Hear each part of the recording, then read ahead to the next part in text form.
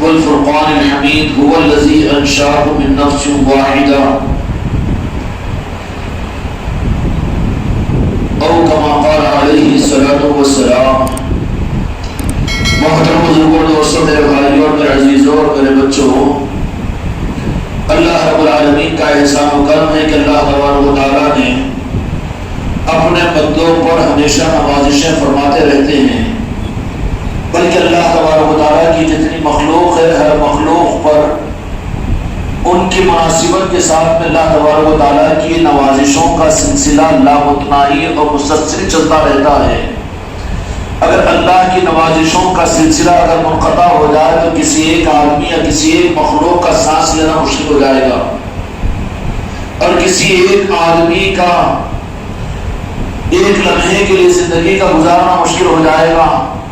یہ جتنا وجود بنی آدم کے اندر میں آنکھ دیکھ رہی ہے، زبان بول رہی ہے، کان سن رہے ہیں، یہ نہیں کہ اللہ تبارک و تعالیٰ نے دے دیا اور بات کو ختم کر دیا، اس کے مالک ہے، اجارہ ہے، یہ نہیں ہے، بلکہ رب نے آنکھ عطا فرمائی اور زبان عطا فرمائی تو اللہ تبارک و تعالیٰ نے اس کے کنیکشن کو اپنے خزانے سے باقی رکھا۔ آنکھ دیکھے گی اس وقت تک جب رب چاہے گا، اور اس آنکھ کو دیکھنے کی طاقت رب کے خزانے سے ملتی رہے گی۔ زبان اللہ نے عطا فرما دی، کلام کے اوپر قادر اللہ نے بنا دیا، لیکن بندہ کلام اس وقت تک کرتا رہے گا جب تک رب اللہ تبارک و تعالیٰ اس کو کلام کے کرنے کے خزانے سے اس کی نسبت کو باقی رکھیں۔ یہ نہیں ہوگا کہ زبان والا کلام کر سکے یا آنکھ والا دیکھ سکے یا کان والا سن سکے۔ ایک لمحہ ایسا آتا ہے کہ یہ چیزیں اللہ کے خزانے سے منقطع ہو جاتی ہیں، تو پھر بولنے والا گونگا ہو جاتا ہے، دیکھنے والا اندھا ہو جاتا ہے، سننے والا بہرا ہو جاتا ہے۔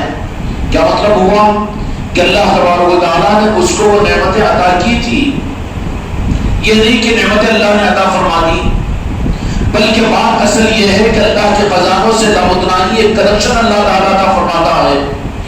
ایسے ہی ہر مخلوق کو اللہ تبارک و تعالیٰ نے ہر لمحے اپنی نوازش کا ایک سلسلہ جاری فرمایا ہے، وہ سلسلہ جاری فرمایا ہے، اور جاری فرما کر بندوں کو یہ بات فرما دی کہ یہ میرا رحم و کرم کہ ہر مخلوق کو جو کچھ بھی میں حیات دے رہا ہوں یا میرے خزانے سے جو نعمتیں میں تمہیں عطا کر رہا ہوں، یہ تمہاری وجہ سے، تم نے اس کا کوئی بدلہ مجھے تم نے نہیں دیا۔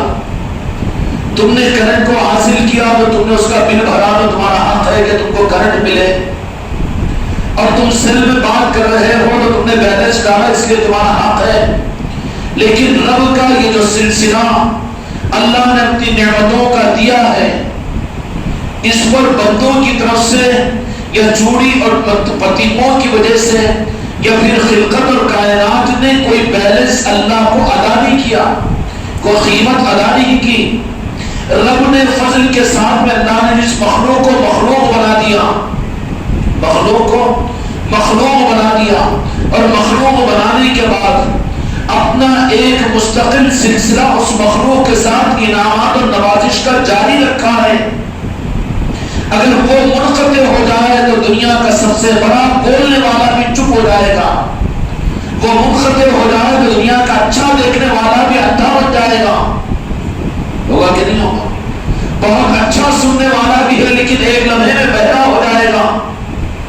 بہت اچھا پہلوان بھی دنیا کا ملک کا صدر بھی ہے، لیکن ایک لمحے کے اندر میں اگر روح کی نسبت ختم ہو جائے گی وہ مردہ ہو جائے گا۔ تو پتہ کیا چلا کہ اللہ تبارک و تعالیٰ جو نعمتیں عطا کیا ہے، ان نعمتوں سے زیادہ اہم نعمت یہ ہے کہ جو نعمت اللہ نے عطا فرمائی اس کے سلسلے کو اللہ باقی رکھے۔ اور بات یہ ہے کہ نعمت اللہ تبارک و تعالیٰ کو بندوں نے کوئی قیمت دے کر خریدا نہیں ہے۔ اللہ تبارک و تعالیٰ نے بندوں پر اللہ کو دینا واجب ہے یہ بھی نہیں ہے۔ پھر کیا ہے؟ اللہ تبارک و تعالیٰ سے اگر یہ بات پوچھیں گے کہ یا رب العالمین تم نے انسانوں کو یہ جو کچھ نعمتیں عطا فرمائی ہے جسم کے ایک روٹے کی صورت میں، اور تم نے مخلوقات کے اندر میں جو کچھ کمالات تم نے عطا کیے ہیں، یہ سورج کو آپ نے تپش اور نورانیت عطا کی، یہ چاند کو یہ ٹھنڈک اور چاندنی آپ نے عطا کی، یہ زمین کے اوپر یہ ساری خوبصورتیاں آپ نے عطا فرمائی، اور پھر دنیا کی خوبصورت چیزوں کے اندر جو خوبصورتی آپ کے خزانے سے آپ دیتے ہیں، آپ کے ان سب دینے کا مقصد کیا ہے؟ بس مقصد کو تو بھی پہچاننا چاہیے نا، مقصد کو پہچاننا چاہیے۔ ہم تو غیر محسوس طریقے سے غافل تو وہ ہے جو حقیقت سے واقف ہو جائے، غافل ہو جائے، غافل وہ ہے جو حقیقت سے غافل ہو جائے، جاہل وہ ہے جو حقیقت کو نہ جانے۔ غافل اور جاہل میں فرق ہے کہ غافل وہ ہے جو حقیقت سے غافل ہو جائے، جانا تھا لیکن اس کو بھلا دیا، وہ غافل ہے۔ جاہل وہ ہے کہ جو جانتا ہی نہیں ہے۔ رب العالمین نے جو کچھ دنیا میں کائنات میں پیدا کیا ہے، اور کائنات تو عالم اکبر کو چھوڑ دیجئے، عالم اصغر کے وجود کو لے لیجئے، کہ تم میں سے ایک ایک، تمہاری اور میری ایک ایک سانس اور ایک ایک لمحے پر خدا کی بے پناہ انعامات کہ زبان بول رہی ہے، آنکھ دیکھ رہی ہے، کان سن رہے ہیں، دل دھڑک رہا ہے، اور رگوں کے اندر میں خون حرکت کر رہا ہے، اور روح کے پرورش پا رہے ہیں، اور آنکھوں کے پلکوں کے بال پڑ رہے ہیں، اور سب کچھ کا سب کچھ اس عالم اصغر کے نظام میں رب کی کارخانہ قدرت کو اللہ نے استعمال کیا۔ اللہ کی مجبوری کیا ہے؟ اللہ نے قیمت تو نہیں دی، تمہارے ماں باپ نے تمہارے پتلے کے بنانے کی قیمت ادا نہیں کی،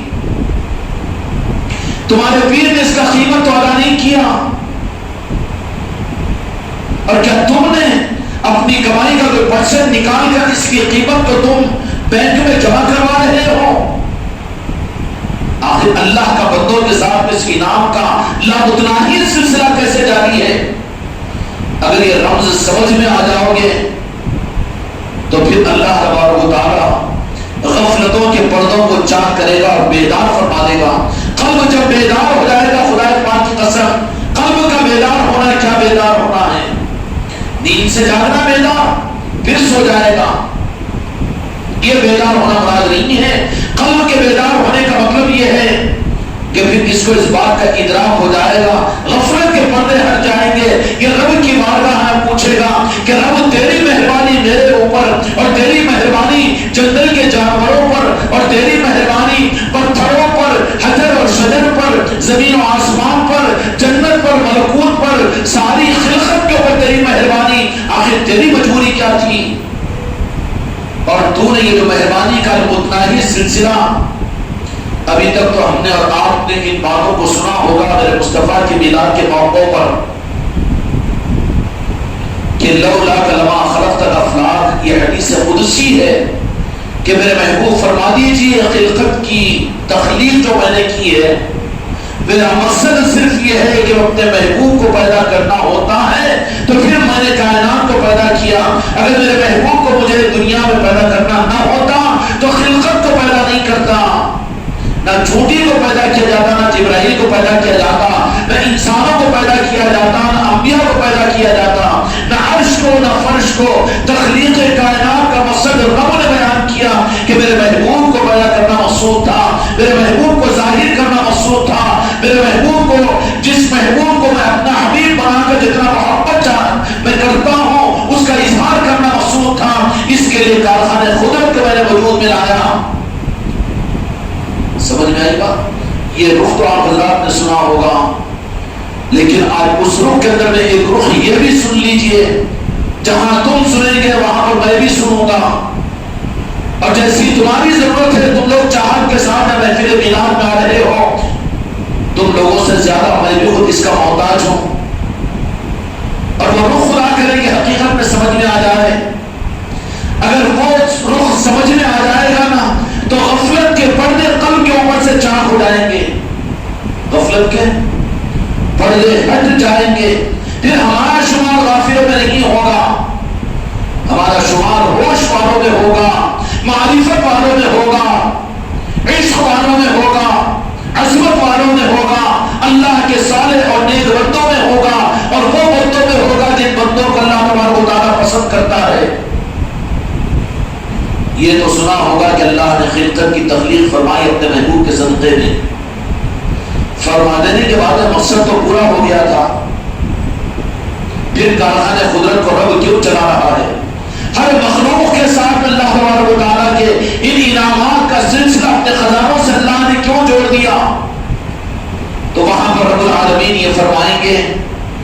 کہ میں نے تم کو ایک سانس بھی عطا کی تو وہ تم نے مجھ سے خریدا نہیں، اور تمہارا میرے اوپر کوئی احسان نہیں ہے کہ میں تم کو ایک سانس عطا کروں، میں تم کو ایک سانس بھی عطا کر رہا ہوں تو وہ تمہاری وجہ سے نہیں بلکہ میں نے اپنے محبوب کے لیے تمہیں ایک سانس عطا کی ہے۔ ایک دانہ تم کو اگر مل رہا ہے وہ تو تمہارا حق نہیں ہے کہ میں تم کو دنیا میں پابند نہیں ہوں، تم نے کوئی قیمت ادا نہیں کی، بلکہ میں نے تمہیں ایک دانہ بھی عطا کر رہا ہوں تمہاری زندگی میں، تو میرے محبوب کے صدقے میں عطا کر رہا ہوں۔ بتاؤ کس کا کھا رہے ہیں؟ کس کا کھا رہے ہیں؟ مصطفیٰ کا۔ سانس لے رہے ہیں کس کے صدقے میں؟ مصطفیٰ کے صدقے میں۔ تم سو کر اٹھتے ہو تو میں تم کو اٹھاتا ہوں، کیا مجبوری ہے کہ تم نے اپنی زندگی کا بیلنس مجھے دیا ہے؟ نہیں، میری کوئی مجبوری نہیں ہے کہ تم عبادت کرتے ہو اس کے لیے، بالکل عبادت میں میرا مقصد نہیں ہے، بلکہ کیا ہے کہ تم اس رمز کو پہچانو، غفلت سے نکل جاؤ۔ غفلت کیا چیز ہے؟ غفلت اللہ سے غفلت کوئی فارمولا نہیں ہے، یہ تیری یاد سے اللہ کا کیا نظام، اللہ کو کیا مانے، کیا مطلب ہے؟ پھر غفلت کس کو کہیں گے؟ غفلت اللہ سے غافل ہو جانا غفلت نہیں ہے، خدا کی قسم میرے مصطفیٰ سے غافل ہونا غفلت ہے۔ غافل وہ نہیں ہے جو اللہ کو یاد نہ کرے، غافل حقیقت میں وہ ہے جو رب کی نظر میں غافل ہے، وہ اس کے محبوب سے غافل ہو جانے والے اصل غافل ہے۔ کیا ہے؟ اصل غافل ہے۔ اللہ تعالیٰ ہم غفلتوں سے میری اور آپ کی حفاظت فرمائیں۔ اب اس روح کے اوپر جتنا غور کرتے چلے جائیں گے، رب کی کوئی مجبوری نہیں، ہم نے کوئی اس کا حق ادا نہیں کیا، ہم حقدار نہیں ہیں کہ رب انعامات دینے کے بعد میں انعامات کا اللہ اتنا ہی سلسلہ ہمارے سامنے باقی رکھے۔ پھر رب العالمین تو ہمیں ایک ایک لمحے کی سانس دے رہا ہے، اور ایک ایک دیوارہ دے رہا ہے، اور ایک ایک لمحہ دے رہا ہے، اور ایک ایک نعمت دے رہا ہے، مجھ کو نہیں بلکہ کائنات کو دے رہا ہے، چونٹیوں کو پرندوں کو تو دے رہا ہے، اور جو حشرات الارض کو دے رہا ہے، پرندوں کو دے رہا ہے، جنگلوں میں درندوں کو دے رہا ہے، جو دے رہا ہے۔ اللہ سے پوچھو تو دینے کی وجہ صرف یہ ہے، دینے کی وجہ صرف اور صرف یہ ہے کہ میں چاہتا ہوں کہ میرے محبوب کو تم پہچانے۔ انسان غافل ہے، حجاب اور پردہ اور نفس کا اس پر پڑ جاتا ہے، لیکن مخلوقات یہ غفلت میں نہیں ہوتی ہے بلکہ اپنے مقصد کو پورا کرتی رہتی ہے۔ انبیاء اکرام علیہ السلام پرندوں کی بولیوں کو سمجھتے تھے۔ میرے آقا دو جہاں کے مالک حضرت محمد مصطفیٰ صلی اللہ علیہ وسلم کو اللہ تبارک و تعالیٰ نے وہ اولین اور آخرین کے علوم اور خلقت کے وہ سارے نظام میرے آقا کو عطا فرما چکے تھے، تو آپ مخلوقات کی بھی بولیوں کو جانتے تھے، پتھروں کے کلمے کو سنتے تھے، ہرنوں کی فریادوں کو سننے والے وہ میرے مصطفیٰ کی ذات ہے، اور چڑیوں کی چہچہاہٹ کی حقیقت کو پہچاننے والے وہ میرے مصطفیٰ کی ذات تھی۔ اس لیے رب نے فرمایا کہ صرف انسانوں کے لیے نہیں ہے، وَمَا أَرْسَلْنَاكَ إِلَّا رَحْمَةً لِّلْعَالَمِينَ، کہ سارے عالموں کے لیے میں نے اپنے محبوب کو رحمت بنا کر بھیجا ہوں۔ اب تو مسلمان اس کو کوزے بنا کر بند کر دیا ہے کہ رحمت للعالمین صرف مسلمانوں کے ہے۔ نادان غلط کر رہا ہے، تو زیادتی کر رہا ہے۔ میرے آقا کے فیض کو پہنچا ہر مخلوق تک، پہنچا ہر انسان تک، پہنچا ہر جہد سے، جہاں جہاں تو ان کا نمائندہ بن کر ان کی رحمت پر ان کی یاد کو اور ان کے میلاد کے تذکرے کو تو پہنچا سکتا ہے۔ بناوٹ سے اپنے آپ کو نکالیں، کچھ دیوانگی بھی تو اختیار کریں۔ اس لیے ایک بزرگ ہے، اللہ والوں کی اور اللہ کے محبوب کے دیوانوں کی، وہ غافل نہیں ہوتے ہیں بلکہ وہ عالم من اللہ ہوتے ہیں، اللہ کے عالم ہوتے ہیں، وہ اللہ کی منشا کو پہچانتے ہیں۔ کون ہوتے ہیں؟ اللہ، اولیاء اللہ۔ اور آج تو میلاد مصطفیٰ کا تیسرا دن ہے، یہاں پر محفل ہے، لیکن اسی کے ساتھ میں اعزازی طور پر میرے مصطفیٰ کی رحمت اور میرے مصطفیٰ کی عظمتوں کو سمجھنے کے لیے آل رسول اور سید بہاؤالدین نقشبندی رحمت الرضوان کا جو عرص شریف ہے، جو بخارا سمرقند کے علاقے میں آپ کا آستانہ ہے، سلسلہ نقشبندیہ کے مجدد ہیں وہ، ابھی ہندوستان کے اندر سلسلہ نقشبندیہ کا بڑا فیض چلا ہے۔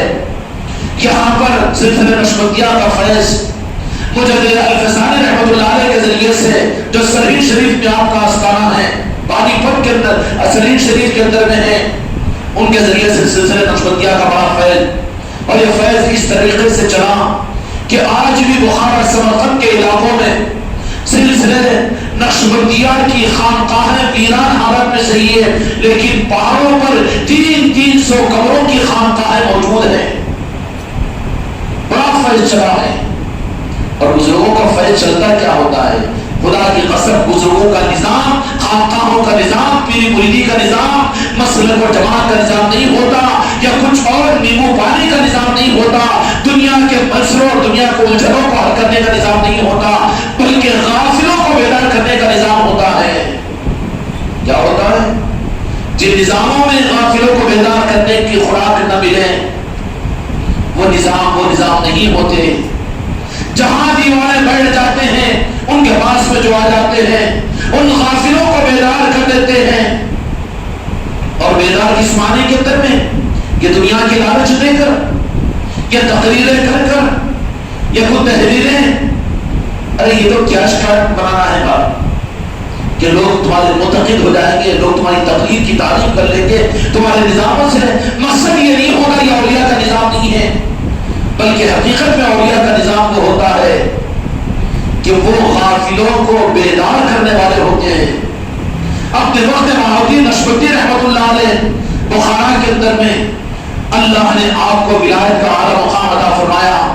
آپ امام جعفر صادق علیہ السلام کی اولاد میں ہیں۔ 12 یا 13 واسطوں سے آپ امام جعفر صادق رضی اللہ عنہ کی اولاد میں جا کر ملتے ہیں، اور وہاں سے امام جعفر صادق علیہ السلام سے آگے ہوتے ہوئے امام زین العابدین اور امام زین العابدین رضی اللہ عنہ سے ہوتے امام حسین علیہ السلام، اور امام حسین علیہ السلام سے بڑا علی مشکل کشا علیہ السلام، اور وہاں سے تو جہاں کے مالک میں آقا حضرت محمد مصطفیٰ صلی اللہ علیہ وسلم کے اصول کی خیرات کو سلسلہ نقشبندیہ میں تفصیل فرمایا۔ اب اس تفصیل میں جانے کا موقع نہیں ہے، جو بات عرض کرنا چاہ رہا ہوں کہ بہاؤالدین نقشبندی رحمۃ اللہ علیہ نے بھی اسی نور مصطفیٰ کو تقسیم کرنے کے لیے اولیاء کا نظام ہی کیا ہوتا ہے۔ اولیاء کا نظام اپنی پہچان کرانے کا نظام نہیں ہوتا، جو اپنی پہچان کرائے وہ ولایت کے نظام کا آدمی نہیں ہوتا، بلکہ وہ خود کو تو چھپا دیتے ہیں، لوگ ان کو پہچانتے ہیں۔ اولیاء کا نظام ہوتا ہے غافلوں کو جگانا، اور جگاتے کیسے ہیں؟ وہ ذکر کے ذریعے سے، معرفت کے ذریعے سے، حق کے ذریعے سے۔ اب غافل کون ہے؟ سوال تو یہ ہے، غافل کون؟ ذاکر کون؟ غافل کون؟ جاگنے والا کون؟ غافل اللہ کو جو یاد نہ کرے وہ غافل نہیں، اللہ کو جو یاد نہ کرے وہ غافل نہیں، کیونکہ اللہ کو مقصدی مخلوق کی یاد کرنا نہیں ہے۔ پھر غافل کون ہے؟ رب العالمین سے اگر پوچھے کہ یا رب تو ہمیں بتا دے کہ جو کچھ تو نے انعامات عطا فرمائے، ایک ہاتھ عطا فرمایا تو اس میں یہ جوائنٹ عطا فرمائی، جوائنٹ کے اندر میں یہ جوائنٹ ہے، اور اس کے اوپر یہ ناخن ہے، اور ناخن کے اوپر تو نے موڑنے کی صلاحیت عطا فرمائی، 5 انگلیوں کے اندر میں تیری یہ انعامات، اگر ایک لمحے کے لیے انعامات کو تو کھینچ لے تو پنجہ ہوگا لیکن بیکار ہو جائے گا۔ کتنے انعامات رب کے، لیکن مولا تیرا معاملہ کہ تو نے یہ تو ہم کو اس کا مالک نہیں بنا دیا، پھر یہ انعام تیرا ہمارے اوپر ہو کیوں رہا ہے؟ تو رب یہ کہے گا کہ تم کو جگانے کے لیے کہ میں نے تمہارے اوپر جو انعامات عطا فرمانے کے بعد انعاموں کا سلسلہ جو جاری رکھا ہوا ہو وہ تمہاری وجہ سے نہیں، یا میری مجبوری نہیں ہے، یا میری وجہ سے نہیں ہے، بلکہ میں نے یہ جو انعامات کے سلسلے کو تم پر خیرات کی صورت میں ادا کر رہا ہوں، اپنے محبوب کے نام پاک کا صدقہ ہے جو تم کو میں ادا کر رہا ہوں۔ اس لیے عاشقین کہتے ہیں کہ جن کا کھاتے ہیں ان کا گاتے ہیں، جن کا پیتے ہیں ان کا گاتے ہیں، جن کا صدقہ ہم جی رہے ہیں انہی کے تو بن کر رہیں گے، انہی کا تو سود دیں گے۔ اے محفل میلاد یہ تو ایک عنوان ہوتا ہے عرش والے کی طرف سے بندوں کے اوپر ایک اسکیل قائم ہو جاتی ہے. جمعہ کے بعد کے بیان میں غالباً ہم نے یہ بات عرض کر دی تھی، ہم نے جن کے پاس جن کے واٹساپوں کے اوپر ہے پھر سے اس کو سن لینا کہ رمضان اور بقرعید کو اللہ تعالیٰ نے واجب مسلمانوں پر فرمایا، لیکن میلاد مصطفیٰ کو واجب کیوں نہیں کیا؟ اگر کر دیتا تو پھر مسلمان کے مومن کی پہچان نہیں ہو سکتی تھی. اس لیے مسلمانوں میں مومن کون ہے ان کی پہچان کے لیے طالب کون ہے، نمک حلال کون ہے، وفادار کون ہے، اور اللہ کے انعامات کی قدر کرنے والا کون ہے، مومن کون ہے مسلمانوں میں، وہ پہچانا نہیں جاتا.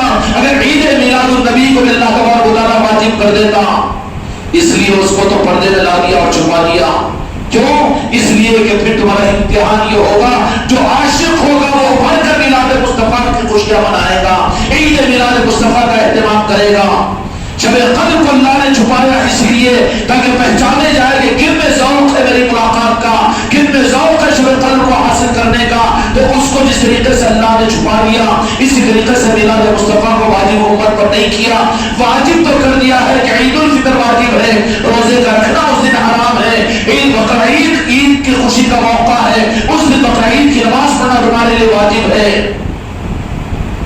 وہ تو واجب قرار دیا امت کے لیے. لیکن عید میلاد النبی اس کو واجب نہیں، اس لیے کہ امتحان اسی میں ہے کہ کون عاشق ہے، کون وفادار ہے. جو عاشق ہوگا وہ خود تلاش کرے گا اور وہ خود اس کا اظہار کرے گا اور اللہ اس کو وہ صدر ادا کرے گا کہ یہ ہمارے محبوب کا چاہنے والا ہے. خوشی ہوگی میرے محبوب کے چاہنے والوں کو، اور وہ میرے محبوب کے چاہنے والے میلاد مصطفیٰ کا اہتمام کرنا اور جشن عید میلاد النبی کا اہتمام کرنا.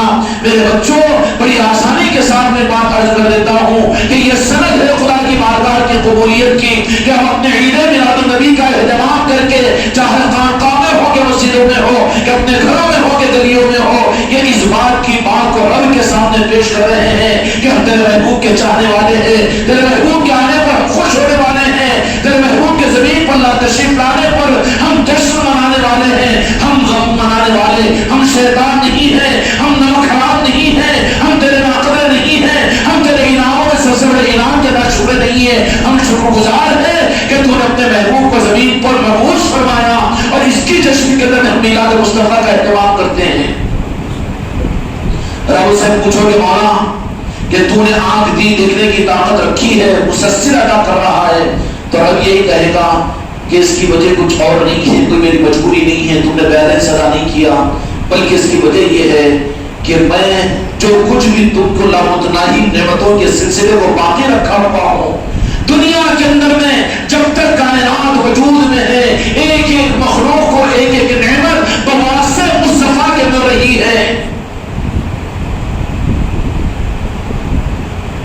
ایمان کی لائن میں بندے خدا بعد میں بنے گا، پہلے بندے مصطفیٰ بننا پڑے گا. اس کو کہاں ہے؟ بہت دور ہے.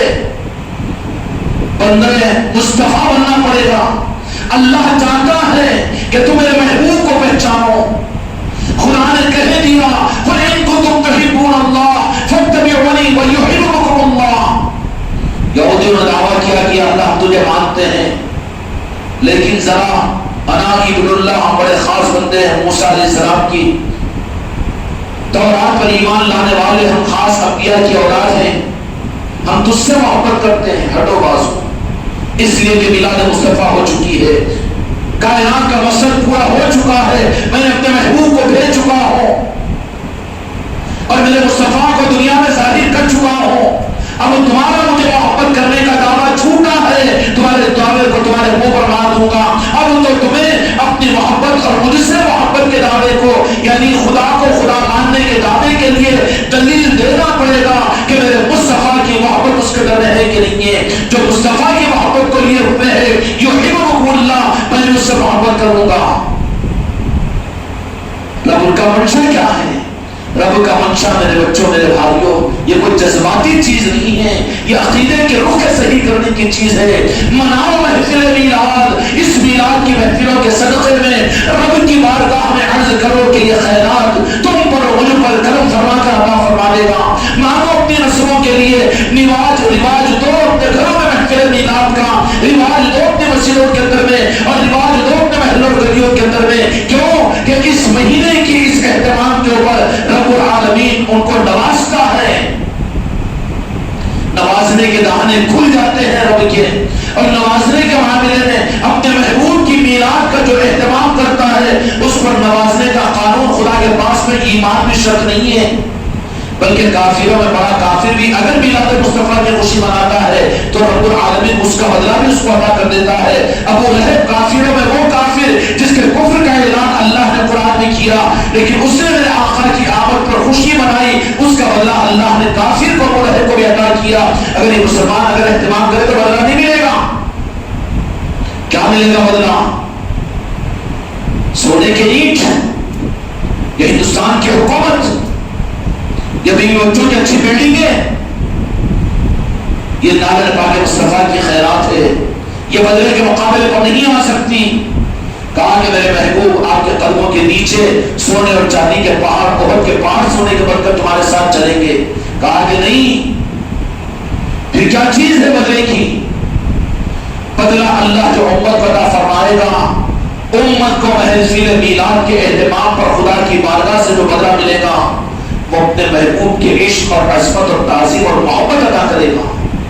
امت نے جب سے ان محفلوں کو ختم کیا، ان کے قلوب دین کی عظمت کو تو لینے کا دعویٰ کر رہے ہیں، قرآن ان کے دلوں میں ہے، زبان پر قرآن پاک کا حفظ ان کے پاس میں ہے، اور عملوں کی سجاوٹیں ان کے پاس میں ہے، ان کے لالبال سفید کرتے ان کے پاس میں ہے، لیکن دل ویران ہو چکا ہے، برباد ہو چکا ہے.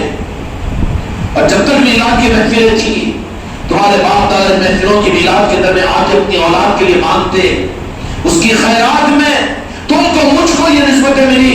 محفل میلاد کا جو اہتمام کرتا ہے اور میرے آقا کی آمد کا جو جشن مناتا ہے، رب العالمین کی بارگاہ سے جو دولت اس کو عطا کی جاتی ہے وہ اپنے محبوب کی محبت عطا کر دیتا ہے. اور اللہ کے پاس میں خدا کی قسم اپنے محبوب کی نسبت اور عصمت اور محبت سے بڑی دولت نہ جنت ہے نہ کوئی اور چیز ہے. قرآن بھی دوسرے نمبر پر ہے، جنت بھی دوسرے نمبر پر ہے. خدا کے پاس میں سب سے بڑی دولت جو خدا کے خزانے میں ہے وہ اپنے محبوب کا عشق ہے. کیونکہ جن کو یہ دولت عطا کر دے کہ رب العالمین خود ان کو اپنا دوست بنا لیتا ہے. کتنی بڑی دولت ہے. اس کا مقابلہ دنیا کے تخت و تاج، اس کا مقابلہ دنیا کی کوئی چیزیں بالکل پاسن میں نہیں آ سکتی. جو رب الاول کا اہتمام کریں گے، ان کی عظمت اور جشن جو منائیں گے، ان میں جو شریک رہیں گے، ان کو اللہ تبارک و تعالیٰ جو اپنی بارگاہ سے قبولیت کی بنیاد پر جو دولت عطا کرے گا. تم بھی چیک کر لو، میں بھی چیک کر لو، جب تک میں امت میں یہ چیزیں تھی کہ نہیں تھی، تو پھر کیا تھا کہ یہ امت قلب سے آقا سے جڑی ہوئی تھی. میرے آقا کی عظمت تھی، میرے آقا کی تعظیم تھی، میرے آقا سے محبت تھی. اور جب یہ محفل میلاد کو انہوں نے ختم کیا تو کیا ہو گیا کہ سارے کرنٹ کے نظام تو موجود ہے لیکن فیوز نکل گیا. یہی معاملہ ہو جائے گا. اللہ تعالیٰ پھر سے امت کو اپنے کرم سے اپنے محبوب کے عشق کا کرنٹ عطا فرما دے. اس کے لیے ربیع الاول کے مہینے کو اس کی ناقدری نہ کرو، اس میں بیدار ہو جائیے. اور بیدار ہو کر کرنا کیا چاہیے؟ رب کی بارگاہ میں پوچھو کہ رب العالمین آپ نے جو ہمارے اوپر انعامات کو دینے کے بعد لامتناہی سلسلہ انعامات کا جاری کیوں رکھے ہوئے ہیں؟ تو رب العالمین یہ کہے گا کہ میں نے تم کو جو انعامات عطا کر رہا ہوں، ایک ایک دانہ، ایک ایک سانس اور ایک ایک پانی کا قطرہ جو میں تم کو عطا کر رہا ہوں، میرا مقصد میرے مصطفیٰ کی بعثت ہے اور میرے مصطفیٰ کی وجہ سے میں تمہیں عطا کر رہا ہوں. تو جو کچھ ہم کو ایمان کے اور جسم کے اور نعمتوں کی صورت میں جو ملتا ہے میرے مصطفیٰ کے نام پاک کے صدقے میں ملتا ہے. کھاتے بھی ان کا ہے، سانس بھی ان کے لیتے ہیں، جیتے بھی ہم ان کے لیے اور انہی کے لیے اور انہی کے صدقے میں خدا پاک نے کائنات کو اس لیے کہ رب نے فرما دیا لولا کہ ما خلقت الافلاک، کہ میرے محبوب کو پیدا کرنا نہ ہوتا تو خلقت کو وجود میں نہیں لاتا. اب اسلام ملا کس کے صدقے میں؟ قرآن ملا کس کے صدقے میں؟ جنت ملے گی کس کے صدقے میں؟ قبر میں راحت ملے گی کس کے صدقے میں؟ جن کے صدقے میں ملے گی انہی کے اگر صدقے نہیں ہو سکے تو اس سے بڑی بدنصیبی اور کیا ہوگی. اس لیے میرے بچوں دل کو دانے پا کے مصطفیٰ پر ڈال دو اولیاء اکرام غافلین کی غفلت کو دور کرنے کے نظام کو لیے ہوئے ہوتے ہیں. ان کے پاس میں جو آ جاتے ہیں غافل، دیکھتے ہیں کہ ان کا قلب تو جہاں کے مالک کی یاد سے اور ان احسان مندیوں سے دور ہے اور کٹا ہوا ہے، تو پھر وہ اولیاء اکرام تو جہاں کے مالک میرے آقا کی عظمتوں کے تذکرے سے، میرے آقا کی یاد کے ذریعے سے، اور میرے آقا کی نعتوں کے ذریعے سے، میرے آقا کے کمالات اور فضائل کے ذریعے سے، اور خلقت کی تخلیق کے معاملات میں اولیاء کی تعلیمات کا سلیبس صرف عشق مصطفیٰ ہوتا ہے، اس کے علاوہ کچھ نہیں ہوتا. خانقاہوں کا نظام صرف عشق رسول کا نظام ہے. اس کے علاوہ دکانداریاں نیمبو پانی کی ہے تو گمراہیت ہے. وہ یہاں خانقاہوں کا نظام اور اولیاء کا نظام تو صرف یہ ہے کہ غافلوں کو یہاں پر بیدار کیا جائے. اور بیدار کس معنی کے اندر میں کہ اس بات کے رخ کے اوپر انہیں اس بات کے لیے تیار کیا جائے کہ صدقہ جن کا کھا رہا ہے ان کا بن جا، جفا کا معاملہ مت کر، وفادار بن جا. کن کا وفادار؟ رب کا. تو وفادار کیا بنے گا؟ رب کا وہ وفادار ہے جو میرے مصطفیٰ کا وفادار ہے. اس لیے میرے دوستوں، میرے بھائیوں اور میرے عزیزوں، یہ اولیاء کرام بہاؤالدین نقشبندی رحمۃ اللہ علیہ نے اور انسانوں کو غفلت سے نکالنے کے لیے، چونکہ آل رسول تھے، وہ امام جعفر صادق علیہ السلام کی عادت تھی، انہوں نے بخارا کے قریب کے علاقوں میں خانقاہوں کو قائم فرمایا، اور خانقاہوں کے ذریعے سے جب لوگ غافل ان کے پاس میں آ گئے تو پھر ان کو اس کائنات کی حقیقت کو سمجھا کر ان کے رخ کو میرے آقا کے دامن پاک مصطفیٰ کی طرف میں جوڑا، کیونکہ وہی حقدار ہے. دنیا میں غفلت کے تالے پڑے ہوئے ہیں، غفلت کے تالے پڑے ہوئے ہیں، انسانیت دھوکے میں ہے. اس کی چابیوں کے مالک صرف میرے مصطفیٰ نے آل رسول کو بنایا ہے، اپنی آل کو بنایا ہے، اور انہی کی آل چلتے چلتے قیامت تک چلے گی. سعادات اور مشاہدین کامل کی صورت کے اندر میں ان کو وہ چابیاں عطا کی جاتی ہے جو غفلتوں کو دور کرتے ہیں اور نورانیتوں کے نظام دنیا میں قائم کرتے ہیں. اس لیے اولیاء سے نور پھیلتا ہے اور اللہ تبارک و تعالیٰ انہی کو نورانی بنا دیتا ہے اور ان کے نور سے پورے علاقوں کو منور کر دیتا ہے. یہی تو پہچان ہے ان کی قبولیت کی. بہاؤالدین نقشبندی رحمۃ اللہ علیہ نے ان کمالات کے ساتھ بھی سلسلے نقشبندیہ کو چلایا اور اس طریقے سے نظاموں کو آگے بڑھایا کہ آپ کی حیات ظاہرہ کے اندر بھی بڑی بڑی خانقاہوں کو قائم کیا گیا اور وہاں پر لوگوں کو بلا کر پھر وہ مراقبے کروائے گئے. ذکر میں جہر کے اوپر زیادہ دھیان ان لوگوں نے نہیں کروایا. کیوں؟ کہ اس زمان میں رواج تھا، کیونکہ ایک چیز مستقل کرتے ہوئے بھی آدمی پھر رسم پر آ جاتا ہے تو اس کی حقیقت نکل جاتی ہے. تو اولیاء اکرام کے نظاموں کے اندر جو فرق محسوس ہوتا ہے کہ سلسلہ قادریہ میں ذکر ہے مگر زیادہ دھوم دھام نہیں ہے، سلسلہ چشتیہ میں یہاں پر ذکر بالجہر ہے اور یہاں پر قوالی اور یہاں پر نعتیں اور منقبتیں ہیں اور یہاں پر سب کچھ ہے. سلسلہ نقشبندیہ کے اندر تو صرف مراقبہ ہے. یہ سلاسل میں فرق کیوں ہوتا ہے؟ یہ اولیاء اکرام اپنے مریدین اور اپنے حلقے کو رسمیت پر جو نظام آ جاتے ہیں رسمیت کو ختم کرنے کے لیے ان کو وہ چیز اور وہ طریقہ دیتے ہیں کہ جس کے ذریعے سے حق کو حق تک پہنچ جائے. اس لیے بہاؤالدین نقشبندی رحمۃ اللہ علیہ نے سلسلہ نقشبندیہ کے اندر میں اور سلسلہ نقشبندیہ کا فیضان بھی جو آگے بڑھا ہے یہاں تک تو امام جعفر صادق علیہ السلام کے ذریعے سے آپ کی آل ہونے کی حیثیت سے یہ ثابت شدہ ہے. اور فیضان آل رسولی ہے سلسلہ نقشبندیہ کے اندر میں بڑی شد و بدر کے ساتھ میں کہا جاتا ہے کہ سلسلہ نقشبندیہ آج وابستگان سلسلہ نقشبندیہ بہت ہے، دعوے تو کرتے ہیں کہ ہم سلسلہ نقشبندیہ کے ہیں اور اس کے ساتھ میں یہ بات بھی کہتے ہیں کہ ہماری نسبت پنجتن پاک یا امام حسین یا اسی طریقے سے خواجہ حسن بصری اس کے بجائے ہمارے سلسلے کی اصل جو جا کر ملتی ہے حضرت سیدنا ابوبکر صدیق رضی اللہ تعالیٰ عنہ سے ملتی ہے. سیدنا ابوبکر صدیق رضی اللہ تعالیٰ عنہ بھی اپنے سلسلے کے چلانے کے لیے چونکہ اپنی آل کے اندر طریقت کو زندہ رکھنے کے لیے مولا علی مشکل کشا علیہ السلام ہی کے رمز اور نسبت کو حاصل کیا اور اپنے سلسلے کو چمکایا. اور یہ چیز ثابت اس وقت میں ہوئی سلسلے نقشبندیہ کے اندر میں جب پیران پیر غوث الاعظم دستگیر احمد رضوان کی جلوہ افروزی ہوئی تو اس وقت میں بغداد شریف کے اندر میں حضور پیران پیر غوث الاعظم کی خانقاہ اور پھر پورے سراسر کو فیض پہنچانے کی ذمہ داری چونکہ محی الدین بنایا اللہ تبارک و تعالیٰ نے میرے سرکار حضور پیران پیر غوث الاعظم کو ہر سلسلہ اب چوکھٹے پیران پیر سے آ کر مل گیا. کیوں کہ جو منبع نور ہوتا ہے، منبع ہدایت ہوتا ہے، وہاں سے کنیکشن ضروری ہوتا ہے. آپ کے علاقے میں کرنٹ عادل آباد کے اندر میں ہو کہ کھمم کے اندر میں ہو کہ حیدرآباد میں ہو، لیکن کرنٹ کا ماخذ اگر ہوگا، کون سا مقام ہے وہ؟ کہاں بنتا ہے؟ راما گنڈم. تو وہاں سے تو نسبت جڑی بھی ہوگی تو کرنٹ ملے گا. اسی طریقے سے حضور پیارے پیر غوث الاعظم کو طریقت اور ولایت کا امام بنا کر دنیا میں بھیج دیا گیا. آل علی اور آل علی کی ساری چابیوں کو غوث الاعظم کے حوالے کر دیا گیا. اس میں ذات رب العالمین غوث الاعظم کو عطا فرما دیا، پھر ابریوں کا امام بنا دیا. پھر اس چوکھٹ کے اوپر سلسلے نقشبندیہ کو آگے بڑھانے کے لیے بھی بہاؤالدین نقشبندی رحمۃ اللہ علیہ کو غریب نواز اور پیران پیر کی چوکھٹ ہی پڑھانا پڑا.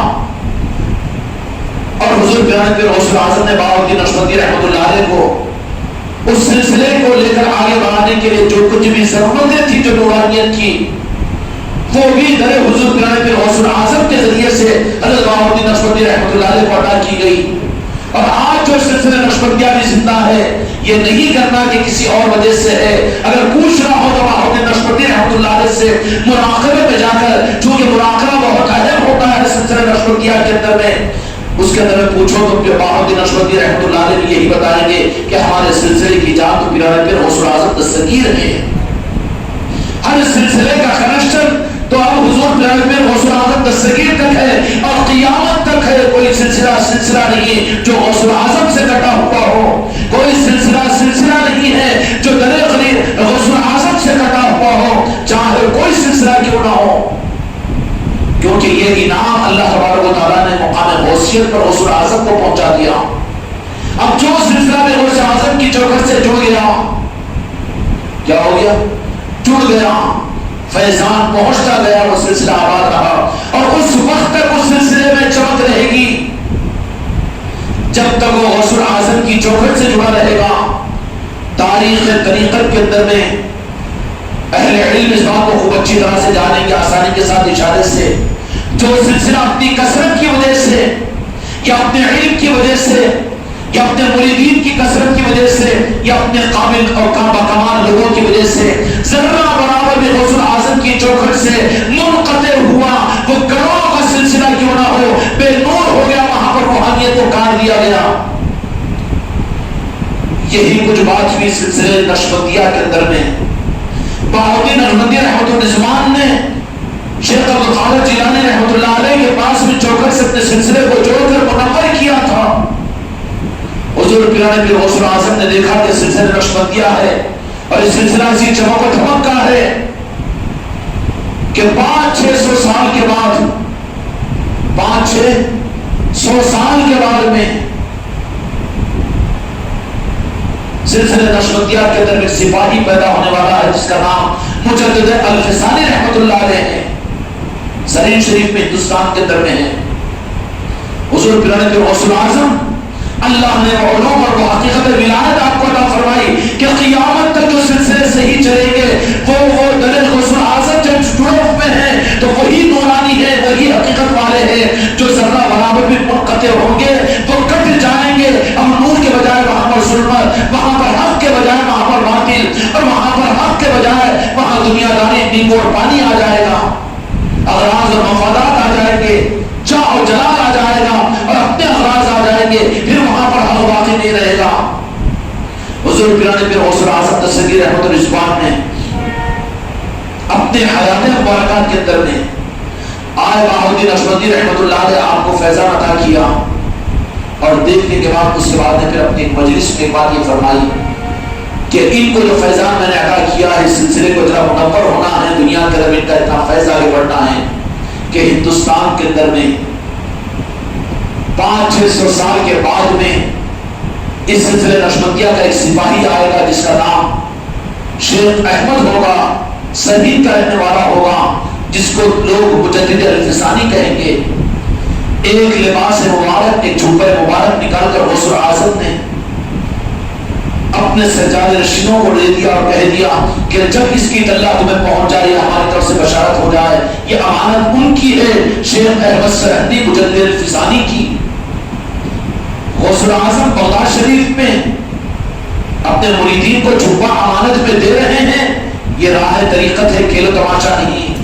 جو حق کے نظاموں سے کٹ گیا وہ حقیقت میں کٹ جائے گا، جو نعرہ پاک مصطفیٰ سے جڑا رہا وہی حق والا ہے، جو کٹ جائے، جو رک جائے، جو مڑ جائے، وہ حق والا نہیں ہو سکتا۔ غوث اعظم نے وصیت فرما دی کہ 500-600 برس کے بعد میں ہندوستان میں پیدا ہوگا جن کا نام سید احمد ہوگا، وہ سرحد کے اندر پیدا ہوں گے اور وہ اپنے لقب کے لباس سے مجدد الفسانی کہلائیں گے۔ یہ جو ہماری طرف سے ان کو امانت ہے ان تک پہنچا دینا۔ 500-600 سال گزر گئے، وہ امانت وہیں بغداد شریف میں رکھی رہی۔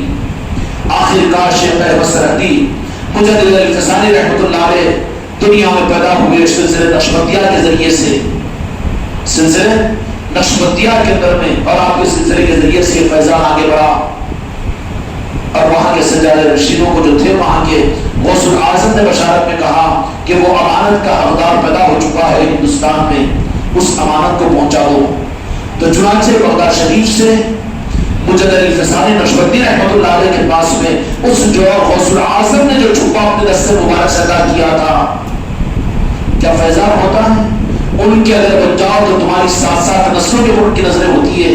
راہ طریقت کھیل و تماشا نہیں ہے، اپنی نسلوں کو قربان کر دو ان کی چوکھٹوں پر، سکھاؤ کو یا آخری نواز، سکھاؤ ان کی حفاظت اگر چاہتے تو یا غوث اعظم، سکھاؤ ان کو میلاد مصطفیٰ، سکھاؤ ان کو اولیاء کی چوکھٹوں کی یاد، تو حفاظت ہوگی ان کے ایمان کی، ورنہ پھر تمہاری نسلوں کی حفاظت کا کوئی سامان نہیں ہے۔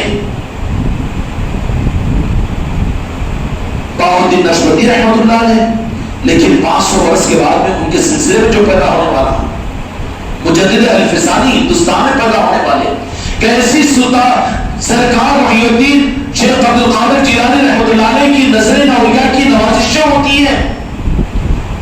ارے نوازشیں بھی اولیاء کے سند و جہاں کے مالک محمد مصطفیٰ صلی اللہ علیہ وسلم کا پرتو یہ بھی ہوتی ہے۔ وہ اپنے چاہنے والوں کو عطا کرنے کے ہیلے اور بہانے ڈھونڈتے ہیں۔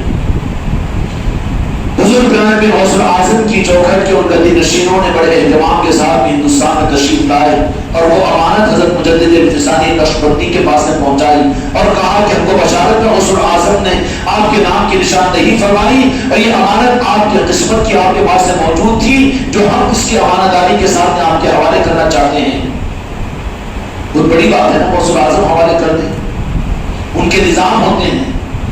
تصدیق ادھر سے ڈھونڈو، یہ اوپر کے پوسٹروں سے تصدیق نہیں ہوتی، مریدوں سے نہیں ہوتی، چاہنے والوں سے نہیں ہوتی، تم سے زیادہ تو پھر لیڈر اپنے لیڈروں کی تعریف کرتے ہیں اور بہت زیادہ ان کو سروں پر بٹھاتے ہیں۔ یہ قبولیت کی علامت تو نہیں ہوتی نا، جیسے فکار یہ عنوان نہیں ہوتا، بلکہ قبولیت کی وہ بنیاد جو ہوتی ہے۔